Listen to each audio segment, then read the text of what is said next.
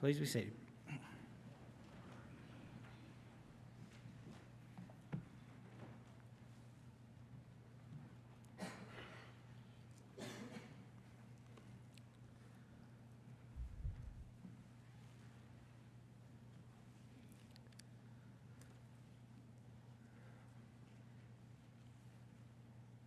We have a lot to be thankful for. We have a lot to be thankful for. You and I, if we'll think about it, have lived rather remarkable lives, haven't we? We live in a nation where there is plenty, isn't there? We live in a nation that, for the most part, there is peace. I know not at all times there is peace, but the majority of our lives, we have lived them in peace. We live in a state where we are not persecuted. We've never been persecuted, have we? Yes, somebody might have called us a bad name or been mean to us, but we've never been put in prison for our faith. No one's put chains on the doors of the front of the building. We have lived rather remarkable lives. And I pray that we continue to live rather remarkable lives, don't you?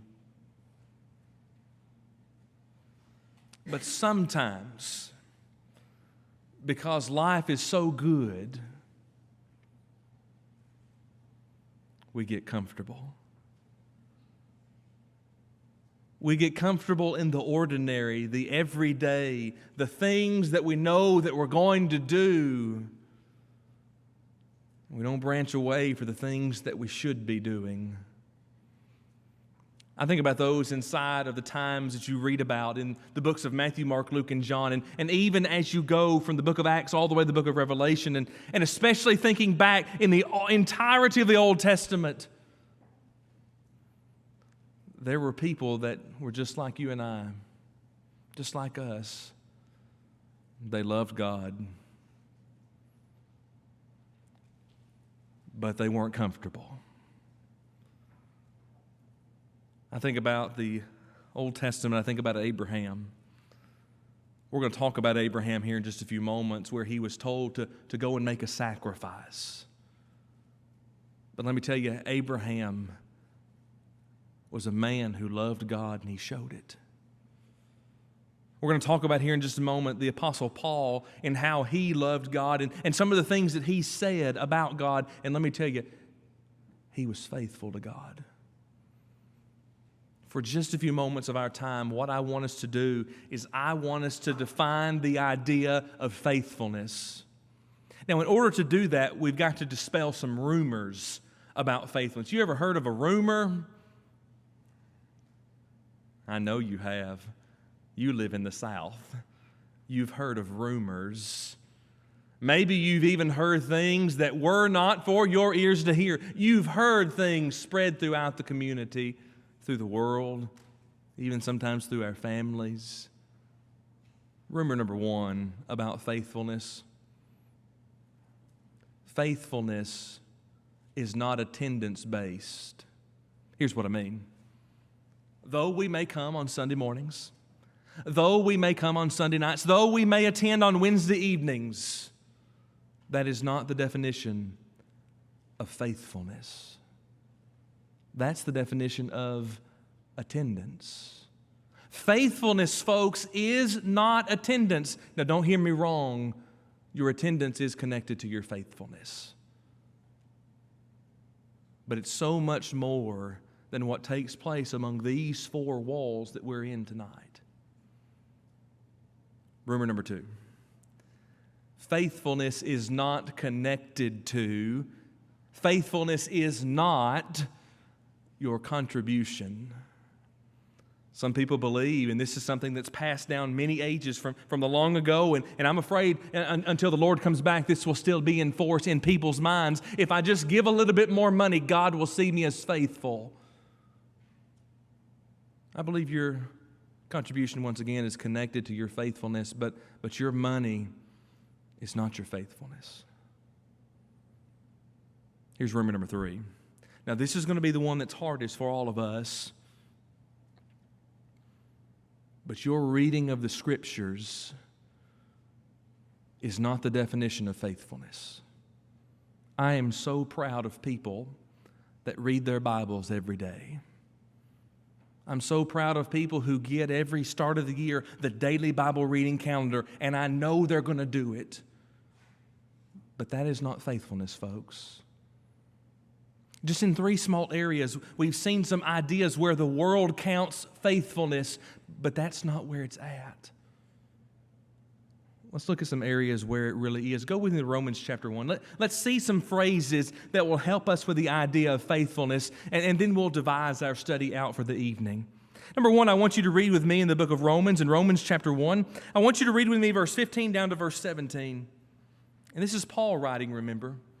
And he says, so much as in me is, with everything I've got, he says, I'm ready to preach the gospel to you that are at Rome also. And listen to what he says. For I am not ashamed. Do you see that word?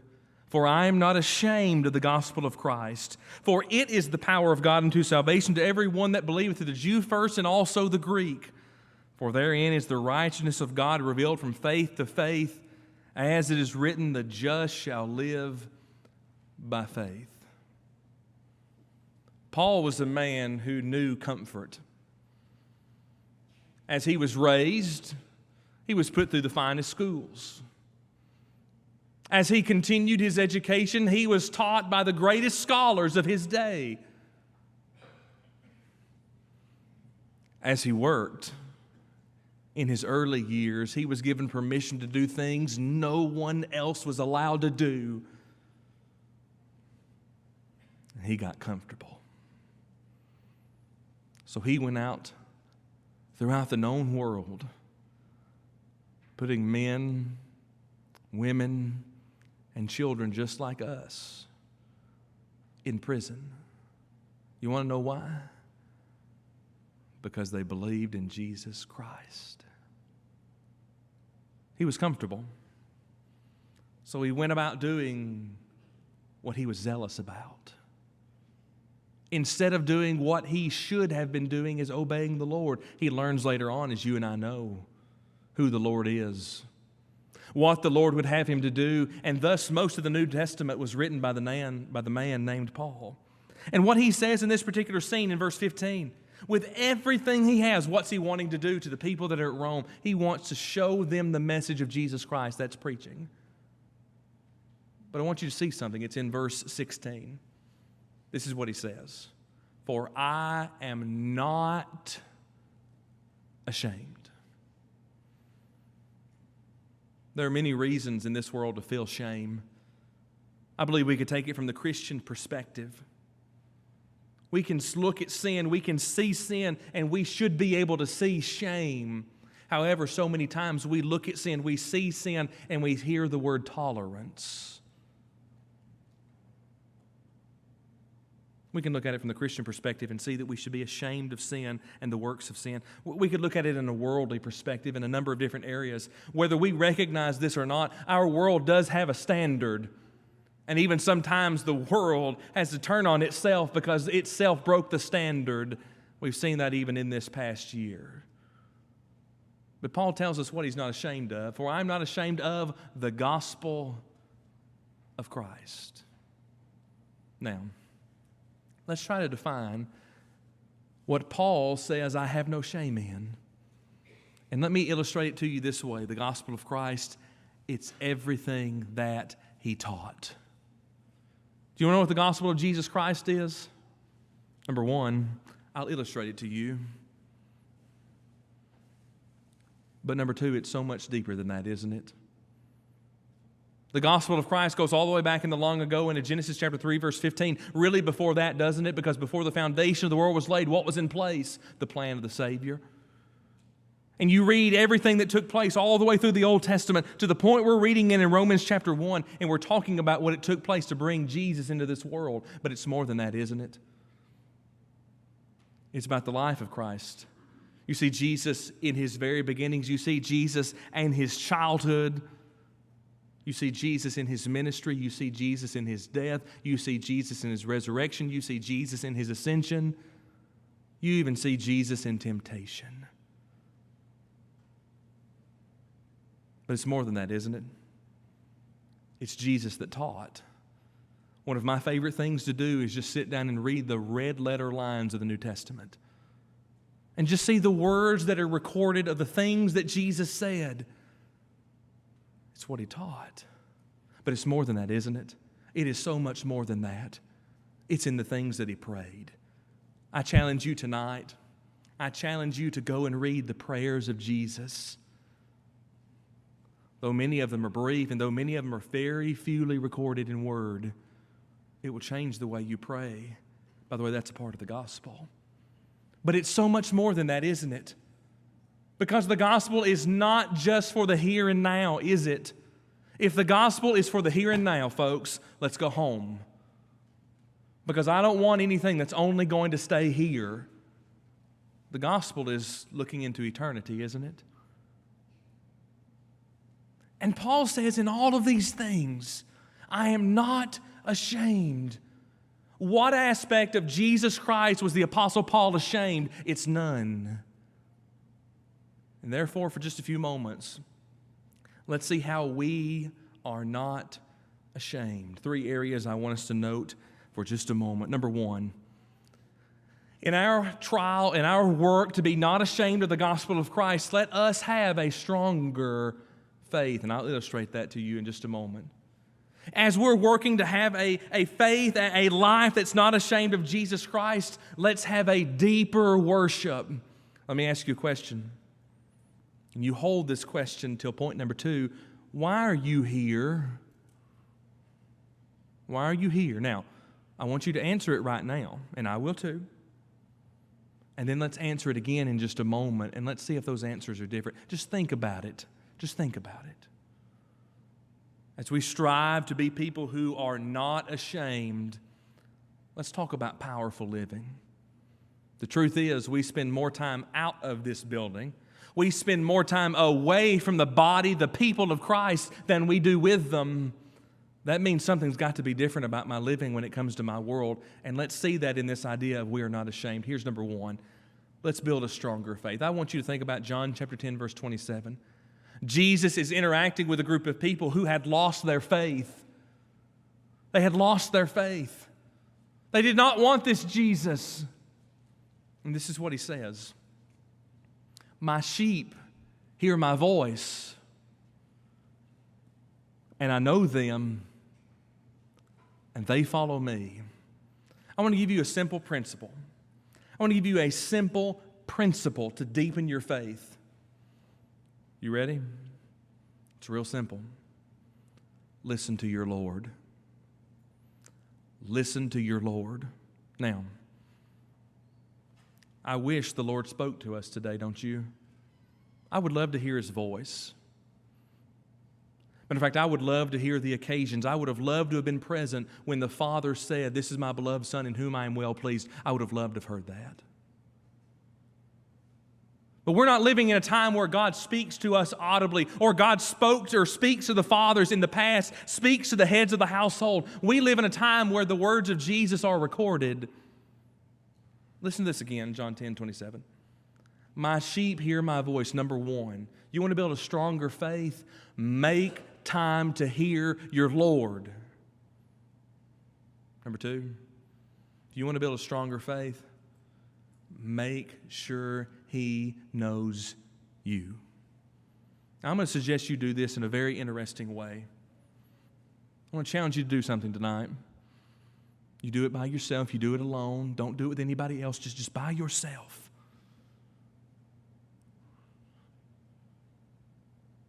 Pray about your biggest fear. Pray about your biggest fear. Pray about your biggest fear.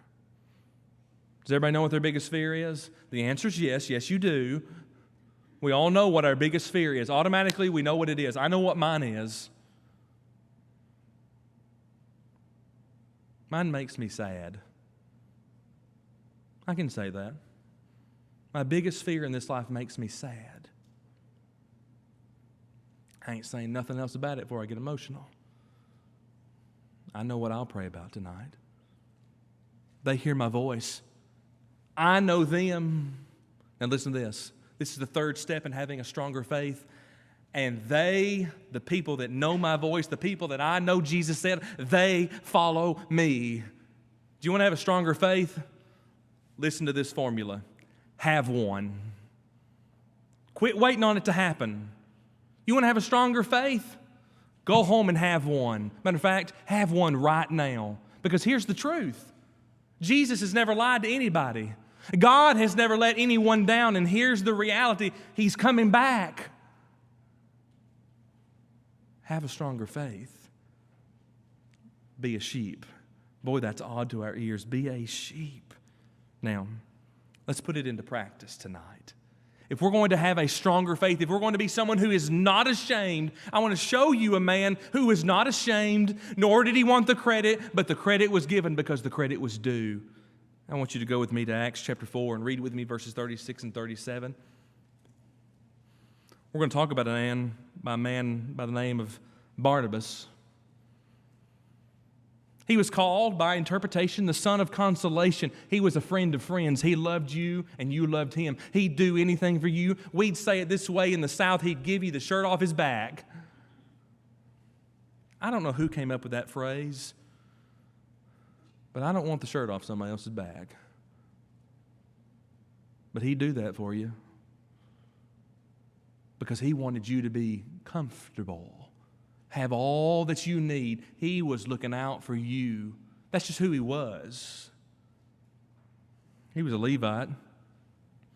We learned some details about this Levite. He was from the country of Cyprus. And he had some land. He had something, just listen to this, ignore the land. He had something of value. Well, he sold it. And he brought the money and laid it at the apostles' feet. Do you want to have a stronger faith? All right, listen to this phrase. Get some skin in the game. Get some skin in the game. I'm not asking you to give the church more money. Don't hear that. I'm not asking you to go sell your home today. It's worth more now than it ever has been. But get some skin in the game. You want to have a stronger faith?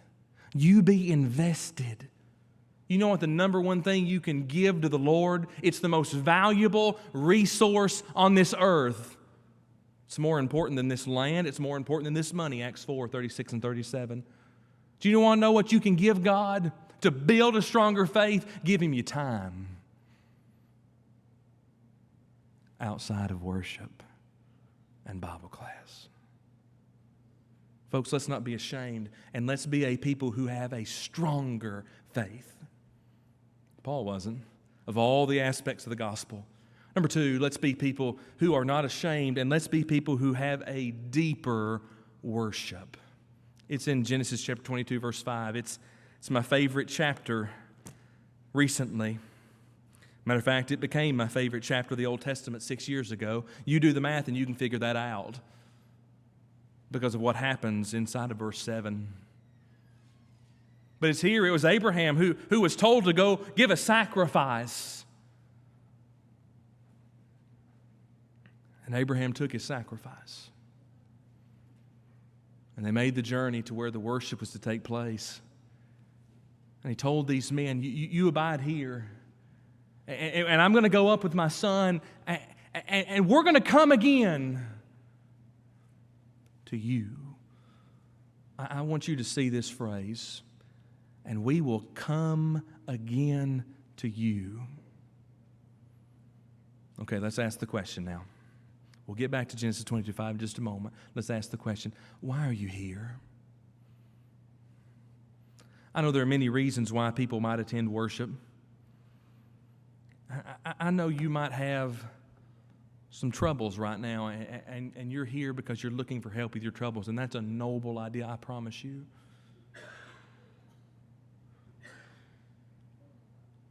You might be here tonight because it's what you've always done. And boy, I wish I wish we could instill in more folks that this is all we've ever done. Because habit is formed if we keep doing it. Anything you do over and over and over again, it will form a habit. Matter of fact, we're going to coin a term tonight. You ready for this? This just happened in my brain, okay? This is either going to be an amazingly good term or we're never going to speak of it again. Worship tunnel. You probably have no clue what I'm thinking about, but you know how people who do repetitive tasks with their arms over and over again, they become injured. And they have to have carpal tunnel surgery because they have done this action so many times. Here's the idea I'm getting to. Get some skin in the game. Get some worship tunnel. What has tonight cost you? Many times we'll put worship second, won't we? Sunday morning, Sunday night, even Bible classes on Wednesday. If we've got something else to do, we'll do that. But worship and Bible class and anything godly should be our excuse to miss everything else. Let's get some worship tunnel. Let's get heavily involved and let's have a deeper worship, because I want you to see what Abraham did. God, in testing him, told him to take his son, his only son, verse 2, Isaac, and sacrifice him. 6 years ago, that became my favorite chapter.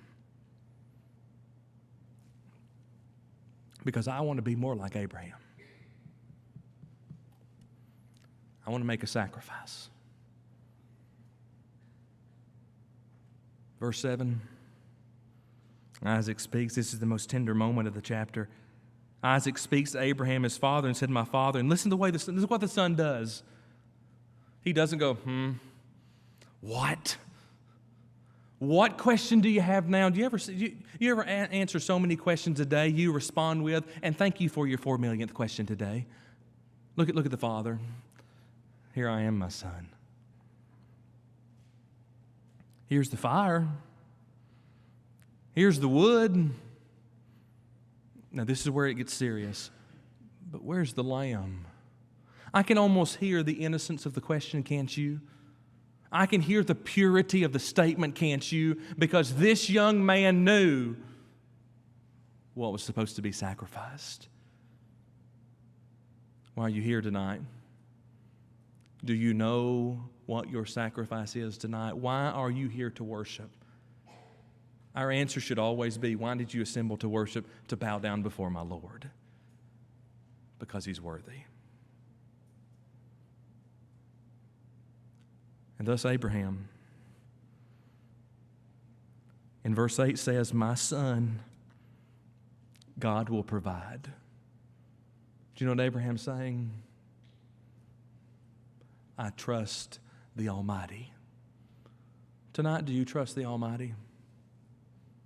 I hope that's why you're here, and hopefully in that it will let you get deeper worship. I want to give you a side note to this. It's in Matthew chapter 2, verses 2 through 3. It was when the announcement of Jesus was here, and there was these wise men. They came to see Jesus. And in this occasion, Herod the king asked these men, "Where is he that is born king of the Jews?" Now, here's what I know and here's what you know. We're going to see it here in verse 3. Let it never be said that we come to worship with ulterior motives. May we never bring evil in this place. Herod says, "Where's he at? Where's the one you went to worship?" When Herod had heard these things, he was troubled, and all Jerusalem with him. May we never bring our problems to this place. In this moment, yes, we should bring our sin before our Lord and his people. Yes, we should bring our hurt and our trouble and our worry before our Lord, but let us never bring our motives to this place. Go back to Abraham. God will provide. Let's be people who worship deeper. As we're trying to be people who are not ashamed in this life, let's be people who live in powerful living. I want you to think about Romans chapter 6, verses 5 and 6. "For if we have been planted together in the likeness of his death, We shall also be in the likeness of his resurrection, talking about the idea of baptism here. Knowing this, that our old man is crucified with him, that the body of sin might be destroyed, that henceforth we should not serve sin. Here's what I mean by powerful living tonight. This is our easiest point. Be different. Be different. All right, I'm going to say a phrase. This is yes, this is no. You tell me if you've ever heard it.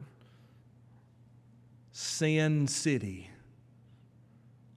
Why do they call it Sin City? We get that, don't we? Boy, we get that. We understand, and there is almost within our minds a resonating visual image of Sin City.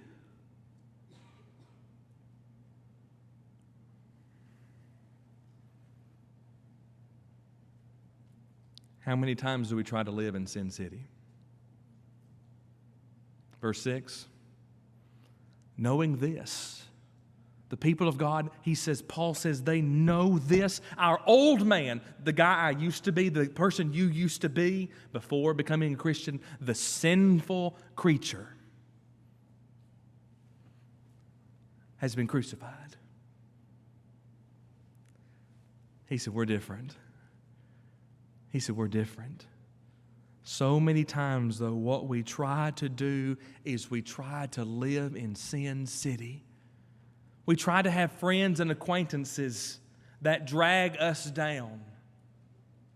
By the way, we understand that those that are around us in our most daily lives are going to be our biggest influences. Do you know that? It's true. Maybe it's the people at work, and I know you can't control who's around you at work, but maybe it's the people that you invite into your home or the homes that you go into or the people that you associate the most frequently. Let's stop living in Sin City. Do you understand what I'm saying? Let's stop being people who serve the likeness of sin. Let's be different. Let's put all that behind us. Let's let that be, and I want you to see it. Let's let that be crucified, that our sin, this idea of the body of sin, might be destroyed. Let's be people who live in powerful living. Thus, I want you to see Matthew 10:22 and also verse 34 in just a moment. Matthew chapter 10, turn there with me. Powerful living comes from those that are prepared. Verse 22. Now, I want you to read this. And then I just want you to answer a question. It's a yes or no. Verse 22, and ye shall be hated of all men for my name's sake, but he that endureth to the end shall be saved. Let's just read the first part again, okay? And you shall be hated of all men for my name's sake. If that was an amusement park, Hate Island, would you go? That's not very appealing to us, is it? If you could go to the most hateful city in America, would you like to be there tonight? It's not appealing to us, is it? But listen to what your Lord said to you. And you shall be hated of all men for my name's sake. Because, folks, you're a Christian, people are not going to like you. But listen to what he says. Anytime Jesus gives bad news, he always gives the good news. But he that endureth to the end shall be saved. That means you and I can know salvation and can know what it means to be saved. If Jesus says we can be saved, I've got to know what it means. But I want you to scroll down in this discussion down to verse 34 because something happens there and it gives us our idea of powerful living tonight. He says these words, Think not that I am come to send peace on earth. I came not to send peace, but a sword. Now, we're not talking about a literal sword, one of which could be used in battle. We're talking about a sword. The book of Hebrews says this is a sword that can pierce joints and marrow and is a discerner of the thoughts and intents of the heart. Folks, it's time we were people who lived powerfully. and involved ourselves in powerful living, here's the reality. Verse 34, be different. It's the same thing Paul said in Romans 6, 5, and 6. But you and I have got to be different. Let's take a test. Let's take a test. You ready? If we could let a film crew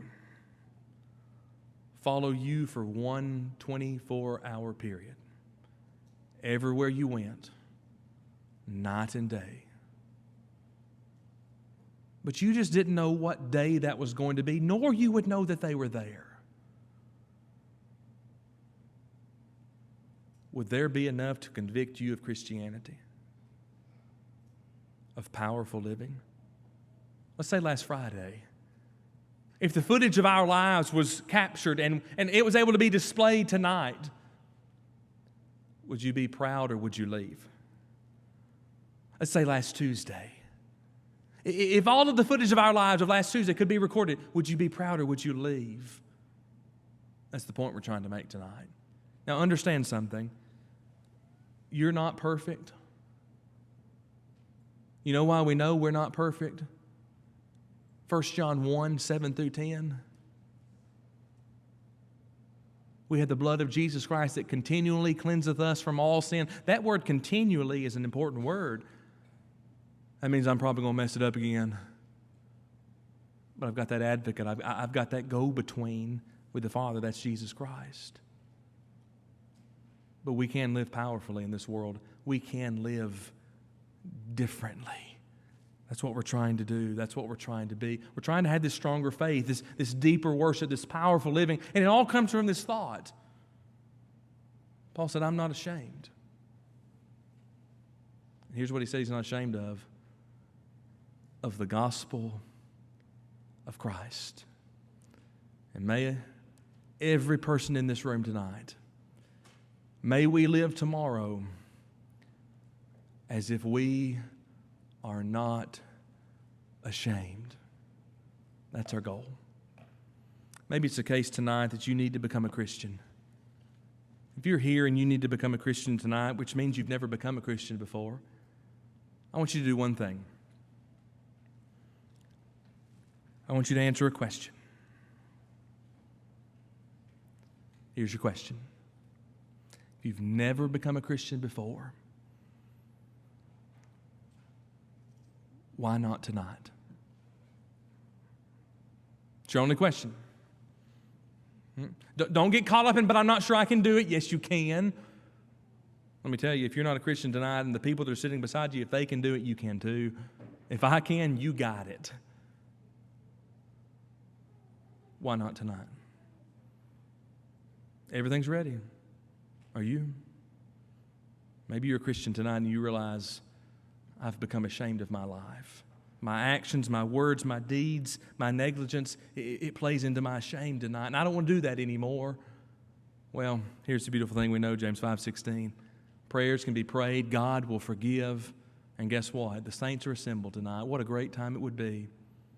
Will you respond tonight? Do you need to become a Christian tonight? You can. Do you need to make your life right with the Lord? You can. Nathan's picked out a great song for us to sing. Let's sing that song, and let's respond accordingly. Let's stand and sing.